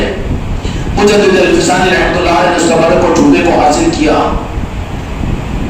سلسلہ بہت صحیح چلتا رہا، لیکن سلسلوں کے لیے بڑے خطرات کی بات بھی ہوتی ہے کہ جو سلسلوں کے معاملات میں حق سے غوث و خواجہ سے کٹنے کے لیے ذرہ برابر میں درمیان میں رکاوٹ آ جائے، بات ختم ہو جاتی ہے۔ وہاں پر مجدد الفسانی رحمۃ اللہ علیہ کے نقشبندی رحمۃ اللہ علیہ کے مریدین وغیرہ نے یہ سوچا کہ ہمارے پیر کا تو یہ مقام ہے مجدد الفسانی کا کہ غوث اعظم نے آپ کو لباس بھیجا ہے۔ چنانچہ ان کے خلفاء کے مریدین میں سے ایک طبقہ وہ ہو گیا کہ جنہوں نے اس انعام جو غوث اعظم نے عطا کیا تھا اس کو انہوں نے اپنا حق سمجھ لیا، اپنے مجدد الفسانی کو نہیں سمجھا۔ وہ تو معمول اور محفوظ ہے، اللہ کے ولی ہے، کامل ہے، لیکن بعض والوں نے گڑبڑ کر دی۔ کیوں کہ جب اپنی لیے دکان لگانی چاہیے یہ بگاڑ پیدا ہوتے ہیں۔ کوئی وجود نہیں ہے، وجود ہے تو غوث خواجہ کا، اگر کچھ حق ہے تو غوث خواجہ کی ذات ہے، اگر حق ہے تو نعرہ پاک مصطفیٰ ہے، اگر وہ نہیں ہے تو کچھ نہیں ہے۔ نتیجہ یہ نکلا کہ اس کے بعد میں چند سال گزر جانے کے بعد میں مجدد صاحب کے بعد خلیفہ نے کہا کہ ہمارے سلسلے کو خود ایک سلسلہ نقشبندیہ ہے. اب ہم کو غوث اعظم کی نسبت کا ثبوت دینے کی کیا ضرورت ہے؟ ہم تو ڈائریکٹ والے ہیں، ہم تو ڈائریکٹ والے ہو گئے. ذرا سا یہ چیز پیدا ہوئی، نتیجے کے اعتبار سے سلسلے نقشبندیہ مجدد الفسانی رحمۃ اللہ علیہ کے اس سلسلے کے اندر میں دو شاخیں پھوٹ گئی. ایک شاخ وہ تھی جو غوث اعظم کی عظمتوں کے ساتھ سلسلے نقشبندیہ کے اندر جو لوگ قائم تھے، وہ لوگ تو قائم رہے، اور اس سلسلے کا نام وہ تو اپنے مجدد الفسانی رحمۃ اللہ علیہ کی تعلیمات کے اوپر قائم و دائم رہے اور حق کے اوپر قائم رہے. لیکن ایک طبقہ تو وہ کہ غوث اعظم کا فیضان کہ خود سرکار جمعہ بھیجے تھے، وہ ٹھیک ہے، وہ ہو گیا، باقی ہمارے خود مجدد صاحب اس مقام کے اوپر ہے، اب ہمارا کوئی خود اس قابل ہے کہ چوتھے آسمان پر نہیں، کچھ بھی ہوگا لیکن ان کے قدموں کی دھول ہے تو سب کچھ ہے، ورنہ کچھ بھی نہیں ہے. نتیجہ یہ نکلا کہ مجددی سلفی اور سیفی بنے آگے، جنہوں نے اصل ڈگر سے غوث اعظم کے نظاموں سے بیر کرنا شروع کیا اور خود اپنا ایک نظام ثابت کرنے کی کوشش کی، اور نتیجے کے اعتبار سے قلب غوث اعظم کی چوکھٹ سے ذرا تھوڑا سا فاصلے پر دور پر ہوا تو وہ سلسلہ اب امت کے لیے ایک امتحان بن گیا، ایک امتحان بن گیا. یہ ہے بہاء الدین نقشبندی رحمۃ اللہ علیہ کا نظام. اللہ تعالیٰ اس سلسلے نقشبندیہ کی بھی حفاظت فرما کر پھر سے عطا فرمائے. آج بھی سلسلے نقشبندیہ، اس سلسلے نقشبندیہ جو اصل میں مجدد الفسانی رحمۃ اللہ علیہ کے نظریات اور ان کے نظاموں پر قائم ہے، اس کو مجدد عالیہ کہتے ہیں. کیا کہتے ہیں؟ سلسلے نقشبندیہ عالیہ کہتے ہیں، یعنی عالیہ سے مراد پیرانے پیر غوث اعظم کی غلامی کا اظہار ہے. اور انہوں نے عالیہ اگر مجدد عالیہ اگر کہنا شروع کر دیا، نقشبندیہ عالیہ اگر کہے تو غوث اعظم کی پہچان ہو رہی ہے. ہم کو تو پہچان کروانا مجدد صاحب کی بہت اچھی چیز تھی، لیکن مجدد صاحب سے تو پوچھ رہے تھے کہ آپ کی منشا کیا ہے، لیکن وہاں پر انہوں نے وہاں پر اس چیز کو نظر انداز کیا اور مجدد عالیہ کو چھوڑ کر مجددیہ سلسلہ جب رکھ لیا، نقشبندیہ مجددیہ، تو وہی نقشبندیہ سلسلہ مجددیہ جو تھا آگے جا کر فطروں کا باعث بنا، اور روحانیت کا وہ نظام وہاں پر وہ نہیں رہا. آج عمومی طور پر اس 15ویں صدی کے اندر میں وہی مجددی سلسلہ نقشبندی مجددی دنیا میں ہے، جو فیض کے اعتبار سے بہت کم باریک زیرو بلد ہے، پہچان ہے. جو نقشبندی عالیہ ہے وہ مجدد صاحب کے نسبت سے جڑا ہوا ہے، غوث اعظم سے کنیکٹڈ ہے. آج بھی اس سلسلے کے اندر میں فیض موجود ہے، لیکن دیکھ لینا کہ کہیں پر نقشبندیہ مجددیہ ہے تو ناقدری مت کرو، لیکن سمجھ لینا کہ زیرو بلد ہے. اور جہاں پر نقشبندیہ عالیہ ہے، سمرقند بخارا میں آج بھی موجود ہے. ترکی کا صدر رجب الانتقام، ان کے پیر کا انتقال ہوا، وہ کون تھے؟ نقشبندیہ عالیہ والے تھے، مجددی والے نہیں تھے. اور آج ہندوستان کے اندر جو گلی گلی کے اندر نقشبندی ہے وہ نقشبندی مجددی ہے. اور مجددی بھی کہنے میں شرم آئی تو پھر نقشبندی سیفی بنے، اور وہ اتنے نیچے اترے کہ پھر بدعقیدے جن چیزوں کو کہنے کی جرات نہیں کر سکتے تھے، لیکن یہ اپنے آپ کو نقشبندی مجددی اور سیفی کہنے والے فاتحہ پڑھنے کو بدعت بزرگوں کے نظام کو اور عرس کو اور ان سارے بزرگوں کے نظاموں کو ان کا مقصد یہ ہوگا کہ ان ساری چیزوں کو ختم کیا جائے. وہ جو وہ نہیں کر سکتے تھے یہ کرنا شروع کیے. کون؟ کہ اپنے آپ کو تو کہتے ہیں ہم سلسلے والے، ہم بھی مرید ہیں، مگر کون ہے مرید؟ تانا مت دو، لیکن پہچان تم کو دے رہا ہوں. جو کہے کہ ہم نقشبندی نہیں، نقشبندی ہے تو کون ہے؟ نقشبندی مجددی نہیں. اور آگے کا تارو اگر سیفی کہے تو سمجھ لینا کہ کچھ اور ہے. دودھ کی چائے نہیں رہی، دودھ میں پانی نہیں ڈالا گیا، پانی میں دودھ ڈال دیا گیا ہے. اب وہ تو کہیں گے کہ کیا کہ ہم بھی سلسلے والے ہیں، ہم بھی تو سلسلے کو مانتے ہیں، ہم بھی تو بیعت کرتے ہیں، ہم بھی تو پیر کے بیعت ہیں. لیکن ہے کون کہ کٹے ہوئے تو نہیں ہیں. جو مجدد جدید عالیہ نشبت عالیہ ہے، وہ بھی غوث الاعظم سے آج بھی جڑے ہوئے ہیں، اور سمرقند بخارا کے اندر میں بڑے بڑے مشائخین اور اولیاء کاملین. کیوں کہ کنیکٹڈ ہے تو لازمی بات ہے کہ حافظوں کا مدرسہ ہو تو حافظ بنیں گے، عالموں کا مدرسہ ہو تو عالم بنیں گے، انجینئرنگ کالج ہے تو انجینئر بنیں گے، ڈاکٹری کالج ہے میڈیکل کا تو ڈاکٹر بنیں گے. بنیں گے کہ نہیں بنیں گے؟ سلاسل اور اولیاء کیا ہے؟ اولیاء بنتے ہیں، اولیاء بنتے ہیں. اور اولیاء کی پہچان صافے ربے اور جھبے تقریر اور چلنا کودنا اور چھلوں کا پہننا یہ نہیں ہے. اولیاء کی پہچان یہ ہے کہ روئے زمین کا سب سے زیادہ اپنے کو کم تر سمجھتے ہیں، اور ان کی نگاہ ہے، ان کا دل اور ان کا قلب ہمیشہ نارے پاک مصطفیٰ کے نیچے رہتا ہے. یہ اولیاء کی پہچان ہے. میرے آقا نے اپنے نورانی کی تفسیر کے لیے سلاسل کے ذریعے سے، اولیاء کے ذریعے سے اس فیض کو دنیا کے اندر میں پھیلایا. اور آج 3 ربیع الاول ہے، آج کا دن باہ الدین نقشبندی رحمۃ اللہ علیہ کی دنیا سے پردہ ہونے کا، ان کا فیض دنیا کے اندر میں چمک رہا ہے. اللہ تبارک و تعالیٰ ہمارے اس ملک کے اندر بھی اس سلسلے نقشبندیہ اور عالیہ کو دنیا میں عروج میں عطا فرمائے. اس لیے کہ سلسلے نقشبندیہ عالیہ جو غوث الاعظم کے ساتھ میں جڑا ہوا ہے، آج اس کے اندر نورانیت اور کمالات موجود ہے، لیکن چل کر ڈور سے ڈور کٹتی چلی گئی تو پھر وہ بن گیا نقشبندیہ، مجددیہ اور سیفیہ. اور ہوا کیا کہ وہ بن گیا ہے پورا بد عقیدہ کہ رد کرنا شروع کرتی ہے سلاسل کو، غوث و خواجہ کے نظاموں کو، اولیاء کے نظاموں کو. یہاں تک بات پہنچ جاتی ہے. اس لیے میرے بھائیوں اور میرے دوستوں، میرے عزیزوں، اللہ تبارک و تعالیٰ ہم کو اور آپ کو حق کے ساتھ میں آگے بڑھنے کی ہم سب کو توفیق عطا فرمائے. یہ 3 ربیع الاول ہے. اصل تو ہماری ربیع الاول کی محفلوں کا عنوان اس کی نورانیت کی تقسیم کے لیے اللہ تبارک و تعالیٰ نے اپنے محبوب کے اس غافلوں کو، ان کے دلوں کو جگانے کے لیے اولیاء کے نظام کو قیامت تک رکھا ہے کہ انسان اپنے مقصد کو پہچانے. یہ یہی سمجھتا ہے کہ دنیا میں پیدا ہونے کا مقصد کیا ہے.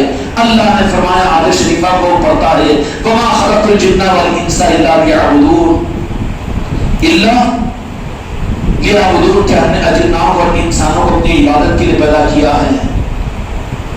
حضور پیارے پیر غوث الاعظم نے فرمایا کہ اللہ لیعبدون سے عبادت مراد نہیں ہے بلکہ اللہ یعرفون ہے کہ رب کے منشا کو یہ پہچانے. کیوں کہ مقصد کو ہر وقت پورا کرنا پڑتا ہے، رخصت نہیں ہوتی. مقصد کو ہر وقت پورا کرنا ہوتا ہے. اگر نماز اور عبادت مقصد بنا لے اگر ہمارے پیدا ہونے کا تو پھر اس میں رخصت کیسی؟ کیوں 5 وقت کی نماز ہمیشہ مجھے رکوع سجدے میں رہنا پڑے گا؟ مقصد میں رخصت نہیں ہوتی.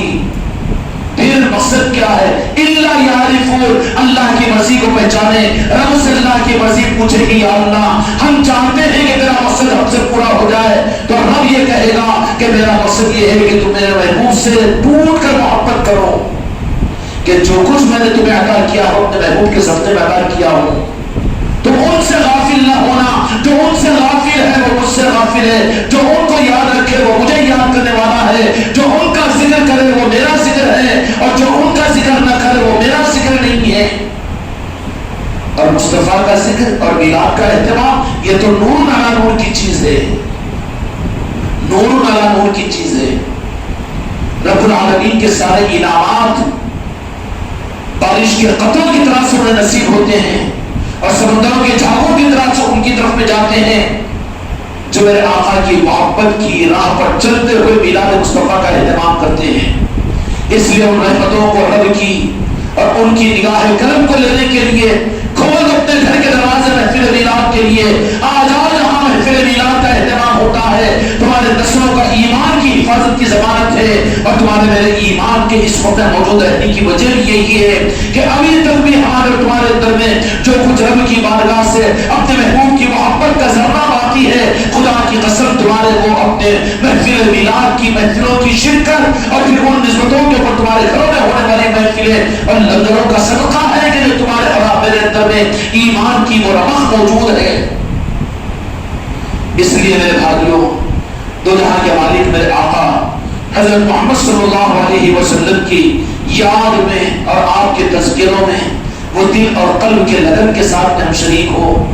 اور پھر کس نیت اور ارادے کے ساتھ کہ ثواب کی چیز نہیں بلکہ یہ تو ہمارا مقصد ہے. عبادتوں میں سب سے بڑی عبادت ہے ذکر مصطفیٰ. ذکر خدا ہے. ذکر خدا ذکر مصطفیٰ نہیں ہو سکتا. ذکر مصطفیٰ ذکر خدا ہے. کوئی ذکر مصطفیٰ ہی میں پوری زندگی گزار دے تو اب یہ نہیں کہے گا کہ تم مجھے یاد کیوں نہیں کیا. ہاں کوئی صرف ذکر خدا کرے ذکر مصطفیٰ نہ کرے رب کہے گا کہ میں دکھا نہیں تو میرا کہاں ذکر کیا. بازو ہٹ جا تیرا ذکر غرض کے لیے وفات کے لیے تھا. بازو ہٹ جا کہ تیری زندگی میں ذکر مصطفیٰ ہی تو نہیں تھا. اس لیے میرے بھائیوں یہ خوش قسمتی ہے ہماری کہ اللہ تعالیٰ نے مجھ اور آپ کو اس پرفتن دور کے اندر میں ذکر مصطفیٰ کے لیے محفل میلاد کے لیے ہم کو اور آپ کو اور آقا محمدی کی چوکھٹ پر میرے غریب نواز کا کرم یہ ہے کہ صرف مرد حضرات کو نہیں بلکہ اس ذکر کی محفلوں کے اندر مسورات بھی آ رہے ہیں, بچے بھی آ رہے ہیں, چھوٹے اور بڑے بھی آ رہے ہیں, اپنے اور پرائے بھی آ رہے ہیں اور آتے نہیں ہیں بلکہ بلائے جاتے ہیں. آتے نہیں ہیں بلکہ بلائے جاتے ہیں اور بلائے کن کو جاتے ہیں جن کو وہ اپنے سمجھتے ہیں. ورنہ آنے کے بعد میں مغرب پڑھ کر بھگا دیتے ہیں کہ تم نماز پڑھ لے چلے جاؤ اب یا نہیں ٹھہر سکتے اس لیے کہ اپنوں کا نظام شروع ہونے والا ہے. اس لیے میرے بچوں اپنی زندگی کے اندر اس بات کی فکر کرو کہ تو جہاں کے والد مجھ کو اور آپ کو اپنوں میں شامل فرما لے وہ میرے آقا اگر تھوڑا سا بھی ہمت کے ساتھ میں میرے آقا کی طرف میں متوجہ ہوں گے تو پھر وہ میرے آقا کریم کی ذات ہے جو پھر اپنے چاہنے والوں کو محروم نہیں کریں گی. حضور اکرم صلی اللہ علیہ وسلم ارشاد فرماتے ہیں اول ما خلق اللہ نوری, سب سے پہلے جو چیز اللہ تعالیٰ نے بنائی وہ میرا نور ہے. سب سے پہلے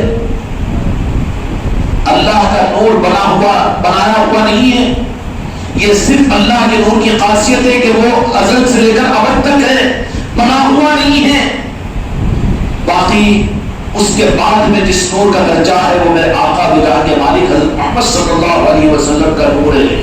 کہ یوں فرمایا کہ جو سب سے پہلی جو چیز اللہ تعالیٰ نے بنائی وہ میرا نور ہے.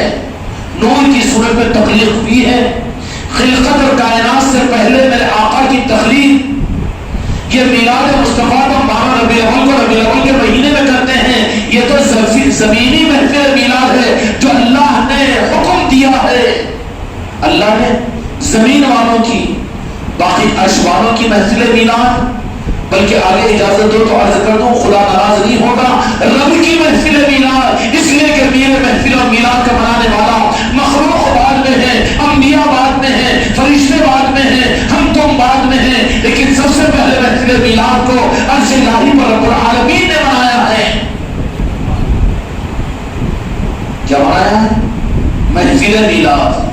کیوں کہ جب میرے آقا کو غالباً کل یا پرسوں کی مجلس میں ہم نے اس کے اوپر بہت کچھ عرض کر دیا تھا کہ اللہ تبارک و تعالیٰ نے میرے محبوب کو مولانا جامی کا وہ قول اور وہ قول مبارک کی تشریح ہم نے کی تھی کہ ایسا محسوس ہوتا ہے کہ اللہ تبارک و تعالیٰ نے اپنے محبوب کو ایسا بنایا جیسے وہ چاہتے ہیں. اللہ نے یہ تو کہا کہ ٹھیک ہے میرے محبوب تم کیسا بننا چاہتے ہو, لیکن میرے محبوب نے کیا کہا کہ میں ایسا بنوں. اپنا نمونہ خود پیش نہیں فرمایا بلکہ فرمایا کہ یا اللہ میں ایسا بننا چاہتا ہوں کہ تیرا حبیب بن جاؤں. ایسے سانچے نے اپنے کو ڈال دیا اور جب وہ ویسے بن چکے میرے مصطفیٰ تو وہ خود خدا فرشتہ ہو گیا. قانون کی بات نہ تھی. اب یہ مت کہو کہ رسول اللہ الگ ہے اللہ الگ ہے. ارے وہ عاشق و معشوق کی بات ہے, حبیب و محبوب کی بات ہے. اس چکر میں کہاں پڑ رہے ہو عبادت کی صحیح رکن میرے یاد نہیں ہے, صحیح نماز کا رمز تم کو حاصل نہیں ہے. حبیب اور محبوب کے راستے پر کہاں جا رہے ہو دخل دینے کو, زمین پر ہو اپنی اوقات میں کہاں جا رہے ہو عرش الہی پر رب کے پاس میں. وہ تو میرے آقا کا معاملہ ہے کہ مصطفیٰ کیا ہے رب جانے, رب کیا ہے محمد مصطفیٰ جانے. تو ایسا اپنے آپ کو ڈھال لیا کہ خود رب گرفتار ہو گیا آپ کی محبت میں اور کہا کہ سب کچھ میرے محبوب تم, خالق میں ہوں, عبادت کے لائق میں ہوں, الہ میں ہوں, اکیلا میں ہوں, باقی سب کچھ میرے محبوب تم ہے. خلقت کی کائنات کا نظام, قیامت تک کی بقا, یہ لیل و نہار, یہ شام و سحر, یہ مہینے اور دن اور یہ سب کچھ مذہب اور مندر اور مسجد, یہ سب کچھ میرے محبوب سب کچھ خلقت تمہارے لیے، میں تو بے نیاز ہوں. کس کے لیے ہے؟ اللہ تعالیٰ نے فرما دیا کہ میرے محبوب تمہارے لیے ہے. جب اللہ تعالیٰ نے نور محمدی کو پیدا کیا تو اس وقت سوائے اللہ تعالیٰ کے کچھ نہ تھا. عرش تھا، نہ فرش، نہ آسمان، نہ زمین. سب سے پہلے اللہ تعالیٰ نے میرے آقا کے نور مبارک کو پیدا کیا. پھر اس نور مبارک سے پوچھا کہ تم کون ہو؟ نور مبارک نے کہا الہی میں بندہ ہوں اور آپ وہاب ہیں. اللہ تعالیٰ نے فرمایا کہ بندے کی تعریف کیا ہے اور وہاب کی تعریف کیا ہے. اللہ پوچھ رہا، اللہ کو بھی بتانے والے. اب کیا بولیں گے اللہ اللہ ہے، اللہ سے نہ کو ملاؤ. جدا کہاں ہے؟ جدا کر کے تو جدا ہو گئے. دین کے نام پر دین حقیقت سے نکل گیا، کہاں رہا؟ کیا فرمایا کہ وہاب کی تعریف کیا ہے؟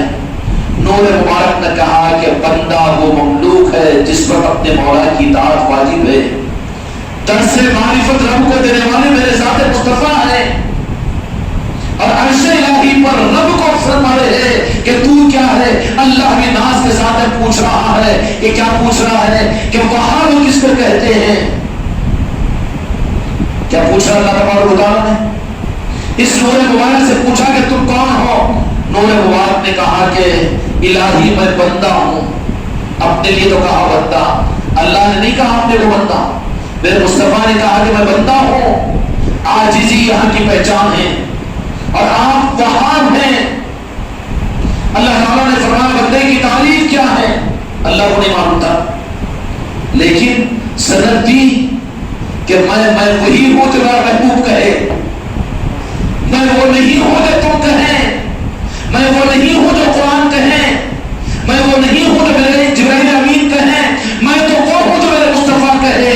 سب سے پہلے خدا نے اپنی پہچان اپنے محبوب کے ذریعے سے کروائی. خدا کی قسم سوالات انبیاء بھی میرا رب کیا ہے یہ نہیں بتا سکتے. رب نے پوچھا اپنی ذات کے بارے میں تو میرے مصطفیٰ سے پوچھا. ہائے ہائے، نور مصطفیٰ نے کہا بندہ وہ مملوک ہے، بندہ وہ مملوک ہے جس پر اپنے مولا کی اطاعت واجب ہے اور وہ میں ہوں. انا عبدی انا بشرم.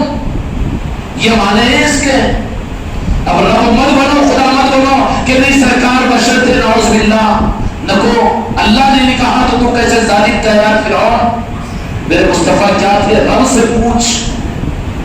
خود کیا ہے؟ میرے مصطفیٰ سے رب نے پوچھا کیا عظمتیں ہیں میرے آقا کی. تو کہا کہ بندہ مولا کی اطاعت واجب ہے وہ میں ہوں اور وہاب وہ ہے جو اپنے بندے کو جو چاہے عنایت کرے. وہاب کون ہے؟ وہاب تو وہ ہے جو اپنے بندے کو جو چاہے عنایت کرے. وہ آپ ہے یا رب العالمین جو چاہے عنایت کرے. خدا کی قسم رب نے اس پر وہ سب کچھ عطا فرما دیا کہ اپنے پاس میں سوائے توحید اور وحدانیت اور خالق اور الہ ہونے کے اپنے پاس کچھ نہیں رکھا. کہا کہ میرے محبوب میں واحد وہاب ہوں، دنیا بھی، دین بھی، ایمان بھی، عقیدہ بھی، جنت و جہنم بھی، سب کچھ میں تم کو دے دیتا ہوں. مالک بنا دیا میرے مصطفیٰ سے. ملے گا کس سے؟ لینے سے اللہ سے. اللہ کو کہے گا کہ ڈور بند ہو گیا، ڈور بند کر لیا نا اللہ تعالیٰ نے. پریشانی تو نہیں ہو رہی؟ ہاں والی نہیں، محفل میلاد میں پریشانی نہیں ہوتی. جو کہ بلائے گئے ہو یہاں پر، یہ چیز تو یہاں پر ہضم ہوتی ہے. یہاں کا ڈائجیشن پاک و صاف ہوتا ہے. یہاں کا ماحول، یہاں پر پریشانی نہیں ہوتی. آکسیجن کا ماحول ہوتا ہے، کاربن ڈائی آکسائڈ نہیں ہوتی یہاں پر. جب میرے آقا نے کیا فرما دیا، مزہ آ رہا کہ نہیں آ رہا؟ سمجھ میں آ رہا نا؟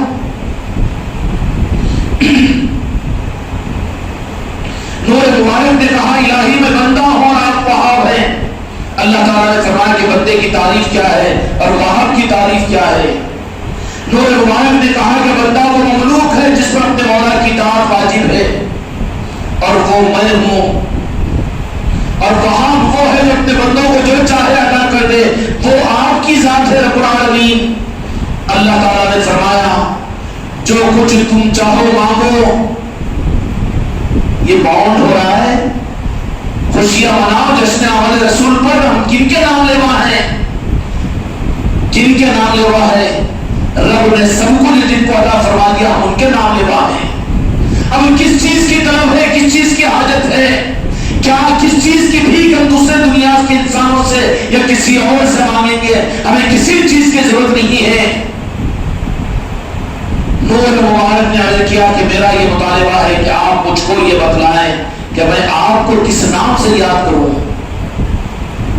وہی پر بات وہی جا رہی, کچھ ہے ہی نا, یہی تو معرفت ہے.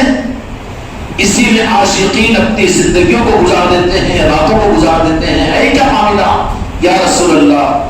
تو میرے آقا مسکراتے ہوئے کہتے ہیں کچھ ذرہ برابر کھول دیتے ہیں نا, بس وہ تو آخری چیخ مار دیتے ہیں حق کی جب ان کو مل جاتی ہے. پھر ان کا رجحان جنت, ان کا رجحان یہ اور اس طرف میں نہیں رہتا, بلکہ بس جو ملنا تھا وہ مل گیا, بات ختم ہو جاتی ہے ان کے لیے. آپ مجھ کو یہ بتلائیں کہ میں آپ کو کس نام سے یاد کروں اور کس طرح آپ کی عبادت کروں. یہ نماز چھوڑ دوں, فجر پڑھے تو عشاء ہے, عشاء پڑھے تو عصر ہے. میرے آقا نے فرمایا کہ یا اللہ تیری خوشنودی کے لیے میں کس طرح عبادت کروں. حق تعالی شانہ نے جس طرح چاہا بلا واسطہ اس نور کو تعلیم عطا فرمائی. یہاں پر سسپینس کر دیا, نہیں تو بولے گے نا نمازاں یہ وہ, اس نے کہا کہ نہیں. اب یہ راز کا معاملہ آ گیا, پردہ ڈال دیا. اب ذرا خاص بات ہو رہی ہے, بند کمرے کی میٹنگ ہے, بتانے دو آپ لوگوں کو, خطرے پیدا ہو جائیں گے نا. اب جھانکنے کی کوشش نہیں کرنا وہاں پر, یہ مصطفیٰ کا معاملہ اور رب کا معاملہ ہے. خدا تعالیٰ نے اس طرح جس طرح چاہا بلا واسطہ رب کو دیکھنے والی ذات خدا کی قسم میرے آقا کی ہے. خوش قسمتی سے ہم کو آپ کا نام لیوا بنایا ہے. اس لیے انبیاء دعا کرتے تھے کہ یا اللہ ہم کو نبی نہ بناتا, کم از کم آقا کا امتی بنا دیتا, کیونکہ یہ چیز ان انبیاء کے پاس میں تھی, ان کو مستحضر تھی. تو نبوت کے مقابلے میں امتی ہونے پر وہ اللہ کی بارگاہ میں دعا کرتے تھے. لیکن کتنے بدنصیب امتی ہوں گے کہ ایسی بڑی دولت ملنے کے باوجود قدر نہ کر سکیں. اللہ مجھ کو آپ کو قدر کی توفیق عطا فرمائے. اس لیے فرمایا وَعَلَّمَكَ مَا لَمْ تَكُنْ تَعْلَمُ, سورہ نساء پارے نمبر 5 رکوع نمبر 17. آپ نے, اللہ تعالیٰ نے آپ کو وہ سکھایا جو آپ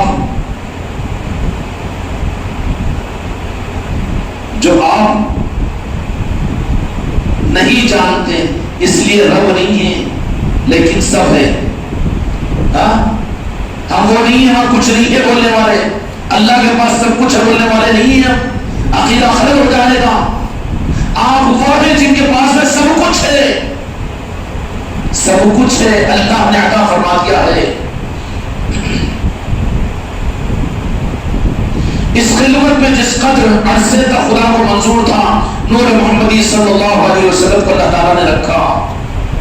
کیا کیا تعریف کیا ہو, یہ تو مکالمہ ہے جو لوگوں کو بتا دیا. میں اپنے محبوب پر کتنا فرفدہ ہوں اس کے اظہار کے لیے روح دے دیا, تاکہ محفل میلاد میں آؤ تو جھوم کر آؤ, مستی میں آؤ, خوشی میں آؤ, مجبوری کے لیے بتاؤ, بلکہ یہاں پر وہ خیرات نگاہ مصطفیٰ کی نصیب ہوتی ہے. آنے والے مسرور ہو, خوش ہو, مجبوری کے لیے نہیں, مجبور بن کر نہیں, سستی میں نہیں, بلکہ شوق اور ذوق کے ساتھ میں. ایک زمانے دراز کے بعد پھر وہ نور الہی نے عرض کیا, وہ نور عرض کیا, الہی عبادت کی کیفیت بتائیے اور ایک مکان میرے واسطے بنائیے. کیا بنائیے؟ ایک مکان میرے واسطے بنائیے. کون مطالبہ کر رہے؟ میرے آقا مطالبہ کر رہے رب سے, جو مانگو مانگو میں دینے کو تیار ہوں. تو میرے مصطفیٰ نے کیا مانگا؟ ایک زمانے دراز کے بعد پھر وہ نور عرض کیا, الہی عبادت کی کیفیت بتائیے اور ایک مکان میرے واسطے بنائیے تاکہ میں اس مکان میں آپ کا نام لیتا رہوں اور آپ کی عبادت کرتا رہوں. کیا کرتا ہوں؟ تو پتہ یہ چلا کہ بیت اللہ اللہ کا گھر ہے, اس گھر کے علاوہ میرے مصطفیٰ کا بھی کوئی گھر ہے جو رب سے عرش الہی پر میرے مصطفیٰ نے مانگا. اور رب کے بیت اللہ سے زیادہ عظمت خدا کی نگاہ میں بیت مصطفیٰ کی ہے. اسی لیے حدیث میں فرما دیا گیا وہ جن نہ کھائیں آپ لوگ گمراہ نہ ہو کہ میرے محبوب جہاں پر اس وقت میں آرام فرما ہے تو جہاں کے مالک حضرت محمد مصطفیٰ صلی اللہ علیہ وسلم روضہ مقدس مدینہ منورہ میں گنبد خضرا میں رب نے کہا، یہ رب نے ارشاد فرمایا حدیث پاک میں کہ میری قسم کہ جس زمین کے حصے سے میرے محبوب کا جس میں اتھر ملا ہوا ہے عرش الہی سے زیادہ میری نظر میں مقدس ہے. سمجھ میں آ رہی بات؟ عاشقین جو کہتے ہیں وہ حق کہتے ہیں. اولیاء کی باتوں میں دلیلوں کو مت دیکھو، ذلیل ہو جاؤ گے. اولیاء کے کمالات وہ ہوتے ہیں کہ وہ حق کو بعض وقت بالواسطہ بولتے ہیں یا بالراز بولتے ہیں. کیا فرمایا کہ میرے محبوب کا جسم مبارک جس میں اثر زمین کے جس حصے سے لگا ہوا ہے مدینہ منورہ میں ہے نا آپ کا جس میں اثر، تو کیا فرما دیا کہ میرے عرش الہی سے زیادہ میرے پاس اس کی عصمت ہے، اس سے زیادہ محترم مکرم ہے. تو ایک گھر تو خدا کے فیصلے کا اپنے بیت اللہ کا تھا. بیت اللہ کیا ہے؟ اللہ کا گھر ہے نا. مسجدیں کیا ہے؟ اللہ کے گھر کی بیٹیاں ہیں. لیکن عرش الہی پر میرے مصطفیٰ نے اپنا بھی ایک گھر مانگا. وہ گھر کون سا ہے؟ وہ گھر کون سا ہے؟ وہ گھر خدا کی قسم قیامت تک مدینہ المنورہ ہے. وہ گھر مسجد نبوی ہے جو میرے مصطفیٰ نے مانگا. تو تقدس ہم اپنے مریدوں کو کہتے جو عمرے کو گئے تھے اور حج کو گئے تھے تو حضرت حج کی قبولیت کے لیے دعا کرو کہ حالت دعا کیا کریں گے تم اس قابل کہاں کہ تم حج اور عمرہ قبول کر لے. جاؤ حج کو کرو ارادہ طواف کا، لیکن مقصد بناؤ مدینہ منورہ کی حاضری. کہہ دو سرکار کی بارگاہ میں ہم کیا جانے حج کو، کیا رسول اللہ ہم آپ کے امتی آپ کی چوکھٹ پر آ گئے، ہم قبول کروائیں نہ کرائیں، ہمارا مقصد تو آپ کے در کی دیدار پر پورا ہو گیا، وہ قبول کروا دیں گے. اور جو جائے صرف کعبۃ اللہ کے اور جو جائے طواف اور اپنے حج کی صلاحیتوں اور علم کی بنیادوں پر اب ان کا حج قبول کرے نہ کرے وہ رب کی بات ہے. تب یہاں پر تو بات آ گئی دو گھروں کی. چلو آج یہی تو پیغام لے لیں ہم. ایک گھر تو رب کا تھا جس کو بیت اللہ کہتے ہیں، بیت اللہ. اور یہاں پر یہ بات فرمائی کہ میرے آقا نے بھی اپنے لیے ایک گھر مانگا، اپنے لیے بھی گھر مانگا. تو رب العالمین نے میرے مصطفیٰ کے مانگنے پر میرے مصطفیٰ کو بھی ایک نور مصطفیٰ کے لیے مکان اور ایک گھر عطا فرمایا. اور وہ گھر قندیل کی صورت میں تھا. گائے کی صورت میں، قندیل کی صورت میں ایک کمرہ جس میں عبادت کروں میں اللہ کو یاد کیا کروں، اس کے لیے میرے مصطفیٰ نے. اور وہ تھا اس کا شیخ جو تھا نا وہ قندیل کی صورت میں. مسئلے حل ہوتے چلے جائیں گے نا. یا اللہ مجھے معاف کر، سمجھا رہا ہوں اپنے بچوں کو اتنی تو چھوڑ دے. تو نے ابراہیم علیہ السلام کو میں تو برداشت کیا کہ سورج نکلا تو یہی ہمارا معبود ہے، بولے تھے ابراہیم علیہ السلام. اب مجھے بھی تھوڑا سا معاف کر دے. قندیل کی شیپ میں تھا جو میرے مصطفیٰ کے لیے رب نے متعین فرمایا. کعبۃ اللہ کو دیکھو تو قندیل نظر آتی، یہ گنبد خضرا کو دیکھو تو نظر آئے گی. غوث الاعظم کے روضے کو دیکھو تو قندیل نظر آئے گی کہ نہیں آئے گی. غنی نواز کے آستانے کو دیکھو تو قندیل نظر آئے گی کہ نہیں آئے گی. یہ عرش کی قندیلیں ہیں. کس کی؟ اور عطا کی ہوئی کس کی ہے؟ رب کی عطا کی ہوئی میرے مصطفیٰ کو عطا کی ہوئی. اور کس مقصد کے لیے کہا کہ میں اسے تجھے یاد کیا کروں، تیری عبادت کیا کروں. تو اللہ نے اپنا گھر مانگا تو اللہ تبارک و تعالیٰ نے گھر اور کمرہ عطا فرما کر قندیل کی صورت میں عرش الہی پر لٹکا دیا. اس کے بعد اسی قندیل کو اللہ تبارک و تعالیٰ نے زمین پر بھیج دیا. کعبہ کہنے لگا کہ میں ہی تو مقدس تھا، مگر اب اس کے آنے کے بعد لوگوں کے سر میری طرف جھکیں گے، دل تو عاشقوں کے مدینے کی طرف جھکیں گے. سر جھکانا ادھر ہی ہے لیکن دل، اچھا ہم بولے تو بھروسہ نہ کرو، چلو غیر مرید بھی بیٹھے ہوئے ہیں، مگر بتاؤ سر جھکاتے مدینے جھکتا کی کعبے کی طرف. اگر ذرا بھی عشق اگر ہوگا تو مدینے کی یاد کریں گے. سر تو نہیں جھکے گا مگر دل جھک جائے گا نا. حقیقت ہے کہ نہیں ہے؟ تب یہاں پر جو اسی نقطے کو سمجھتے ہوئے آپ بات کو ختم کر دیتے ہیں کہ اللہ کا ایک گھر اللہ نے بنایا وہ بیت اللہ کی صورت میں، لیکن میرے مصطفیٰ نے دوسرا گھر بھی اپنی عبادت کے لیے اپنی یاد کے لیے مانگ لیا رب سے اور رب نے عطا فرما دیا. تو آگے چل کر اللہ کا ایک گھر مسجدوں کی صورت ہے پوری دنیا میں. یہ مسجد ہے، یہ بیت اللہ کی بیٹی ہے، اللہ کے گھر کی بیٹی ہے حدیث پاک کے مطابق.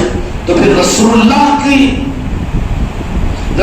کا جو گھر جو کمرہ تھا وہ اصل کی بنیاد کے اعتبار سے تو مدینے میں گنبد خضرا میں ہے، لیکن گنبد خضرا کے ساتھ میں میرے مصطفیٰ کے گھر کی نسبتیں میرے بچوں شکر ادا کرو اس بات پر کہ وہ اولیاء کے آستانے اور اولیاء کی خانقاہیں ہیں جہاں عشق رسول ملتا ہے، تعظیم مصطفیٰ ملتی ہے، محبت مصطفیٰ ملتی ہے، ایمان کی حقیقت ملتی ہے اور حق کا وجدان ملتا ہے، بندے پاک کی تعظیم ملتی ہے، اولیاء کی عصمت ملتی ہے. اس روئے زمین پر جہاں مسجد ہے، جیسے ہی دوسرا گھر میرے مصطفیٰ کا اللہ نے عطا کیا، اس گھر کی نسبتوں کے ساتھ میں دنیا میں خانقاہیں موجود ہوگی. خانقاہیں کیا ہے؟ یہ مصطفیٰ کے گھر کی بیٹیاں ہیں. اور یہ گھر جہاں پر قائم ہوا وہاں پر سارے انسانوں کے لیے مسجد میں بے ایمان آنے کے لیے گھبرائے گا، دل نہیں لگے گا، کعبے پر کوئی کافر نہیں جا سکے گا. لیکن خانقاہوں میں غوث اعظم کا فیضان ہو کہ غریب نواز کا فیضان ہو، بنداس.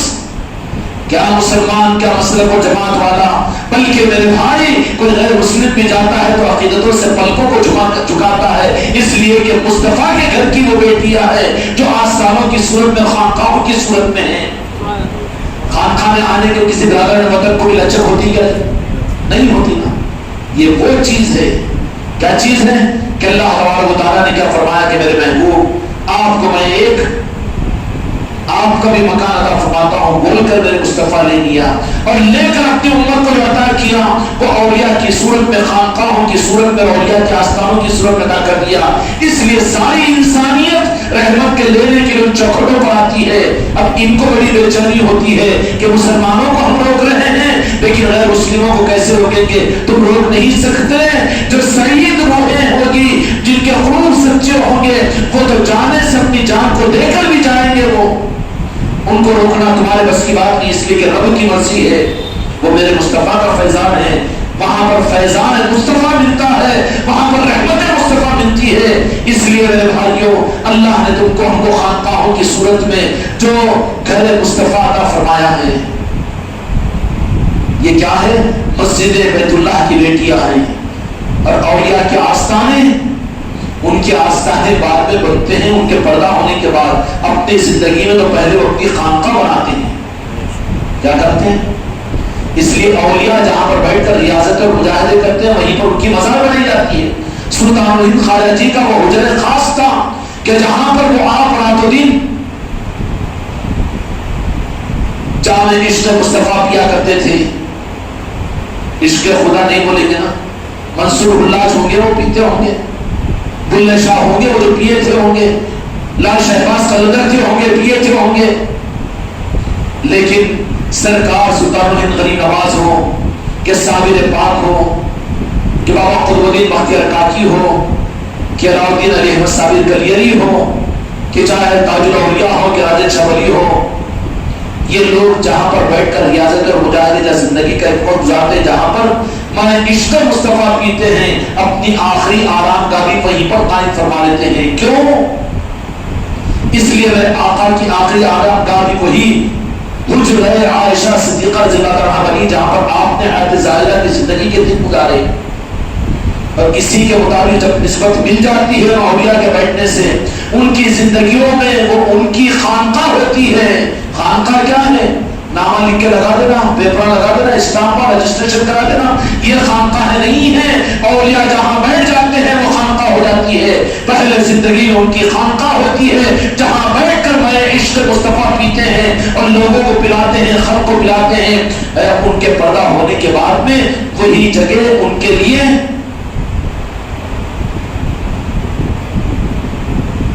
بیت اللہ ہے تو بیت مصطفیٰ بن جاتی ہے. وہ میرے آقا کی اس بیت اور اس قندیل کی نسبت ان خانقاہوں کو مل جاتی ہے جہاں ان کے آستانے بن جاتے ہیں. اور آستانے وہاں پر کچھ جگہ کو وہ چھوڑتے نہیں ہیں وہ اولیاء کہ جہاں پر ان کو وہ دولت ملی تھی وہ تو اپنے لیے رکھ لیتے ہیں. غریب نواز جہاں بیٹھ کر جو کچھ حجرے میں کرتے تھے کہا کہ وہیں پر میرا پاک قطب الدین بختیار کاکی رحمۃ اللہ علیہ عید کی نماز پڑھ کر گئے اور جا کر کہا کہ ہماری آخری آرام کا یہاں پر بنانا ہے, یہاں پر ہم نے ریاضتیں کی ہے. سامع باغ نے اپنی زمین کو متعین فرما دیا.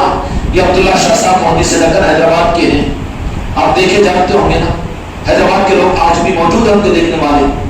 انہوں نے بھی اپنے آرام گاہ کو مقام پر طے فرما دیا اور وہاں پر بیٹھ کر اللہ اللہ کیا کرتے تھے. ایک زمین کو متعین کر دیا تھا کیوں کہ وہاں پر ان کو جلوہ مصطفیٰ نظر آ جاتا ہے اور عشق مصطفیٰ کی میں ان کو مل جاتی ہے. وہ تو اپنے لیے رکھ لیتے ہیں, اب باقی ان کے آنے والے ان کے چاہنے والوں کے کیا ہونا ہے. تو سلطان الہند نے شاہجہانی مسجد بنوا دی, مسجد اکبری بنوا دی, خانقاہ بنا دی, سرایہ بنا دیا, سب کچھ بنا دیا کہ ہمارے ایریے میں رہو, ہم لٹائیں گے یہاں سے میں عشق مصطفیٰ اور تم اپنی اپنی مسجدوں کے اپنی اپنی خانقاہوں میں پیتے رہو. یہ سپلائی ہم کریں گے. لیکن وہ جگہ جہاں پر, اس لیے اولیاء کی آستانوں کی ناقدری کبھی نہ کریں. ان کے آستانے کی جو تماشا نہیں ہے وہ جیسے مسجد کعبۃ اللہ کی بیٹیاں ہیں ویسے ہی بیت مصطفیٰ کی نسبت اولیاء کے آستانوں کو ان کے مزار کو ہو جاتی ہے. اور جو ان کی توہین کریں, جو ان کی ناقدری کریں, ان خانقاہوں کی توہین کریں, الحافظ والامان اللہ تبارک و تعالیٰ پر حقیقی سے ہماری اور آپ کی حفاظت فرمائیں. بہاؤالدین نشبندی رحمۃ اللہ علیہ کا بھی تذکرہ ہو گیا. اس طرح سے روزانہ محفلیں چلتی رہے گی. عصمت اور عشق اور عصمتوں کے ساتھ ان محفلوں کے اندر میں بہت کم دن باقی رہ گئے. اس میں اپنے دوست احباب کے ساتھ, اپنے آل اولاد, اپنے بیوی بچوں کے ساتھ محفلوں کے اندر میں شریک ہوئیے. اللہ تبارک و تعالیٰ ہم کو اور آپ کی محفلوں کی صحیح قدردانی کی توفیق عطا فرمائے.